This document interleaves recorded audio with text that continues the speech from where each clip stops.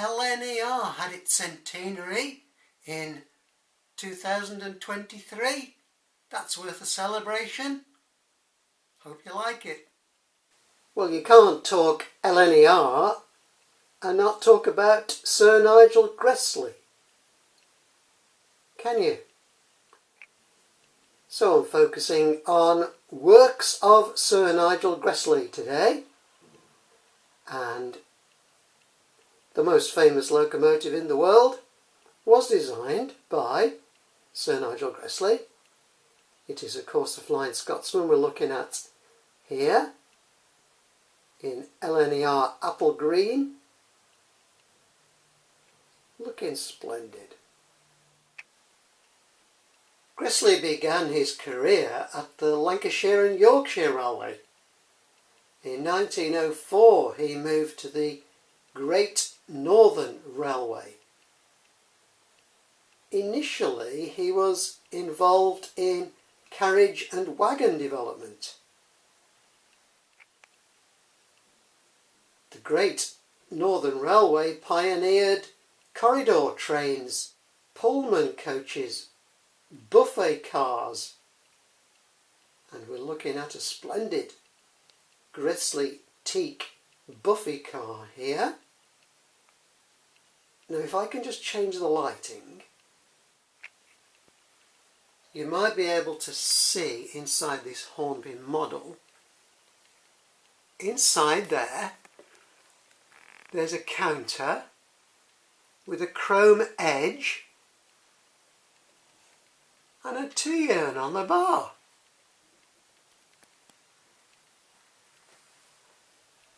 That is such an amazing model, and it's captured the Gresley elliptical roof and the teak steel design.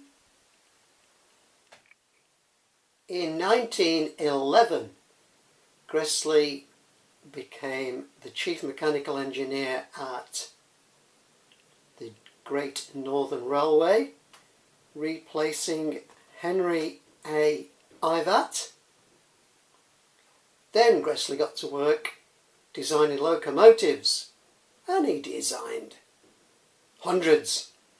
I don't know exactly how many, a lot. The A1 Pacifics had begun to be built in 1922,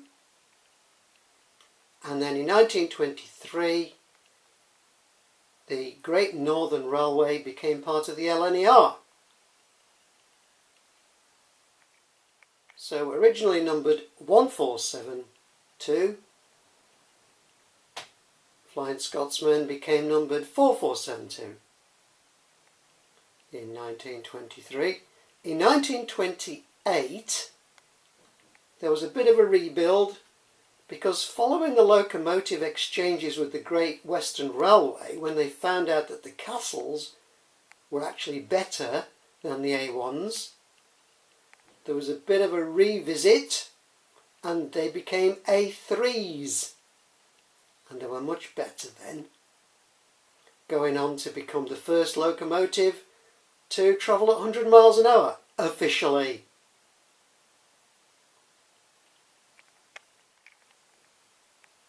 Well, Flying Scotsman itself had a long and illustrious career on the LNER until retired in 1963, then had a long and very eventful retirement. Well, that's another story. We're just concentrating on the Gresley years today. The development of the A3 was, of course, the A4. The first of those being built in 1937. There were 4 initially, and finally there were 35 altogether. The first 4 were all silver. Silver Link, Quicksilver, Silver King and Silver Fox. We're looking here at Bittern, originally numbered 4464, built in 1937. Retired in September 1966 and is still preserved. Looking at Bittern today in Early British Railways Experimental Blue Livery, numbered 60019. The Gressley V2 was kind of a son of the A3. Slightly smaller boiler, slightly smaller wheels and a 262 wheel arrangement.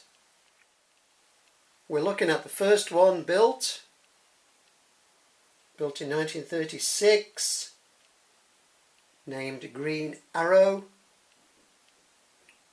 The only one of these which has survived into preservation. There were 184 V2s built, and they had a very successful career as a mixed traffic locomotive.